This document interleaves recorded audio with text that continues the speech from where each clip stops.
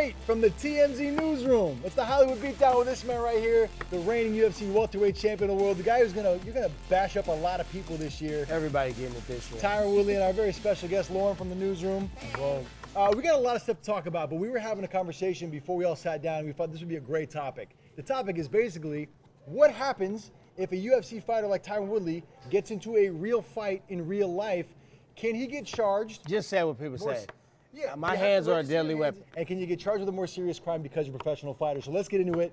Fired up. All right, so basically, we were all having a conversation a few minutes ago. Lauren, what did you tell Tyron?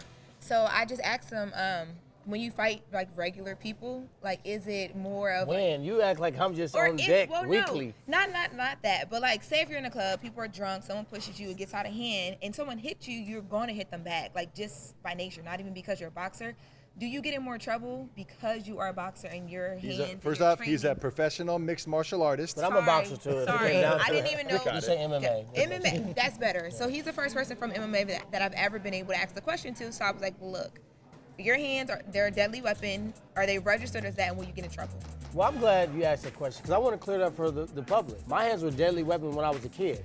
I've been fighting my whole life. Right. So if somebody hit me, you're going to get your ass knocked out. And I'll figure out the legal stuff afterwards. But have you ever had to sit down and have a conversation with somebody where they say, because you're such a highly trained fighter, You mean have like, to be more careful? he's like hitting me and I'm like trying to have this Well, conversation just with him? in situations, Like, oh, right? No, hey, but not since like, I'm such not a- like in a club or something pops off. You have way more of an advantage. To me, like your instinct is trained. Everything is so trained. For a regular person, it's just like you're trying to do whatever you can to defend yourself. But also it's a martial art. So when you learn martial arts, it's a discipline. You learn the martial arts so you don't have to use it offensively. So when I'm doing it, it's for a sport. So if I can avoid the situation, one, I don't want to be in a big bundle of people all around me crowded and yelling and screaming, drinking, because eventually somebody's going to step on your Jordans or they're going to spill a drink on your That leg. was my thought. And then you're not going to like it. So the thing is, I keep a bubble around me. Now it's gotten to the point in my life, in my career, where it does not make sense for me to navigate the club without having security. So they're going to give me that cushion if somebody's getting too close. So one of the situations I like to point to when we talk about professional athletes is Joe Mixon. Joe Mixon was a college football player. Now he's in the pros. He's an NFL running back. With a situation where there was a woman who slapped him and pushed him, and he responded by really hitting her hard, and he injured her badly. Yeah. So if you are attacked, I believe the law allows you reasonable force to basically control the situation. So if that woman slapped you and pushed you, it doesn't give you the authority to bash your head against the table, but you're allowed to use enough force to kind of control it. Can I be real in the show? Sure. If I'm to the point where I'm actually fighting you, I'm trying to fuck you up. I'm not trying to just fight you. It's not like you hit me. If we go this play, it's gonna end real bad and you're gonna wake up in the hospital. Now, if you wanna do this, let's do this. That might happen, but hopefully, you try to keep yourself out of those situations. Bottom line is this: if you're out there, don't try to fight a UFC fighter because you're not gonna win. But if you do, expect to get beat up. You can slap him, though. Yeah. When are you gonna come and tell the police, he slapped me? I'm like, dude, come on now. Don't. You really gonna report that? I guess not. All right, it's time for the segment that Tyron named himself. It's called. Oh, no, real though. Okay, we got to talk about you. Yeah. You got a lot of stuff coming up. A lot of You're stuff. gonna fight Kamaru Usman. You told us that you plan on just ripping through that guy and getting to Colby Covington. Now, I didn't say this, because, I don't have a problem with it. But have you ever looked at Kamaru Usman and saw, damn, he kind of looked like Squidward from SpongeBob? I mean, you said that. Somebody hit me up and said, man, that's messed up. You got to fight Kamaru Usman.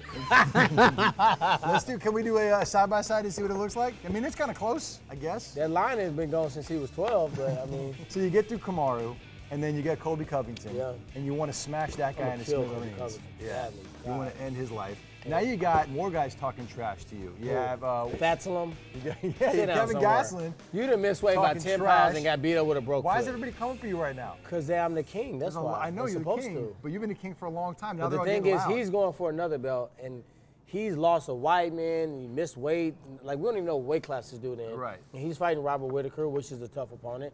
But if you want to be real, what interests me about this fight is they both are welterweights. They just don't know how to make weight. I said I want to go up and fight for the middleweight belt. That's whoever's wearing the belt. It's nothing personal towards him, because to be honest, I already beat him. So we're talking, you're already the champ, but if things go the way you want it to go, you'll be champ by the end of 2019. Yeah, that's a big deal. That's the plan. I don't think about it as just being a champ. I think about it as I've legitimately cleared out the division. Yeah. After I beat Usman, after I beat Colby, everybody behind me has been wiped out. So now it's time for me to take a different challenge. So it's not about just walking around with 2 belts because Amanda did it. Shout out to Amanda. She beats the cyborg, first off. DC did it. Connor did it. I'm doing it because I legit cleared out the division. Yeah, you've beaten now it's everybody. time to step up and take a stronger challenge and continue to challenge myself. Yeah. All right, it's time for a new segment called I want to pee on you. No, not No. that. Would you beat R. Kelly's ass if you were Dave Chappelle? That's the name of the segment. I would beat his ass if I was these people's parents. Yeah, there's that. I don't know whole how thing, he too. not got his ass beat so far. So R. Kelly's been all over the news. You've seen Surviving R. Kelly, all that stuff. Now we've got a new video. I did not see that, and I will not see that because I knew he was filthy from the He's start. a piece of garbage. Yeah. So there's a new video we got of Dave Chappelle doing a stand-up act, and during his stand-up, he tells a story about how when Piss on You came out, when he did that sketch for Chappelle's show, mocking R. Kelly in that whole situation, some goons came into his dressing room, and he believes they were R. Kelly's goons, and basically tried to intimidate him, Not to do it kind of again. scare him a little bit to lay off R. Kelly. If that happens and you know Dave Chappelle or you're in the room, these guys are all getting it, right? You know, Dave Chappelle might be a little bit intimidated. So maybe Right. a few guys, he's not expected it. Maybe he didn't have the security. This is why you always need to have security when you a celebrity of that status. The goons should have went after R. Kelly's ass. Yeah. They should have reversed, turned the gun back around, and say, you know what? We ain't finna go and get Chappelle. Your ass shouldn't have been pissing on people. Yeah. And you shouldn't be having sex with teenagers. Why do you think that people gave him a pass for so long? He was making hits. Like, I was in a weight room lifting weights yesterday, and it was like all of a sudden I'm lifting, I heard, my mind's telling me no. I'm like, are y'all really finna play that shit right now? You haven't turned it off? Yeah. I said, y'all really gonna play that right now? It's Right. not that like I didn't know about it. Like I'm more frustrated with the entire thing. Right. Where the fuck are the parents at in this picture? How is this man, in my case, why is he alive? Yeah. We all of a sudden gonna act like we just, like now the stories may came out and may make it a little bit worse, but we all knew the whole time. Yeah. The parents knew. Obviously, it's probably people that got paid off because he didn't go to jail at all for any of these cases, right? Right. How many cases were open in this situation? lot. Yeah, so So basically, Dave Chappelle, if you're watching this, you need some extra protection. I got you. I'm in that stealth mode right now, Chappelle, so holla at your boy. It's time for the part of the show where Tyron gets to punch someone in the face and then pat somebody else on the back. So who's getting punched this week? I want to punch the people that got all these workers bringing in this fast food, Right. and ain't nobody getting paid. For the Clemson football team. Yeah. Hey, Trump invited them all to the White House for a fast food buffet. We're talking McDonald's, Wendy's, Domino's, Burger King. Dang. The kids seem to have liked it. We got the quarterback from Clemson, and he's like, yeah, we had a great time. I think it's My funny. bigger issue is, you're gonna serve 300 hamburgers and filet of fish and stuff like that. It must have been cold by the time these guys got it. They served it literally on silver platters. Have you ever had a Hey. cold filet of fish? No. It's fucking bad, man. When you going through the drive-thru and you order a double fish, extra tartar sauce, you know your life fucked up. You need to get it together. That's good over us here at the Hollywood Beatdown. Tyron, tell the people what to do. Hey guys, if you guys are on YouTube, make sure you subscribe TMZ Sports. If you're on Facebook, slide over to YouTube and do the same thing. We'll see you next week. Boom.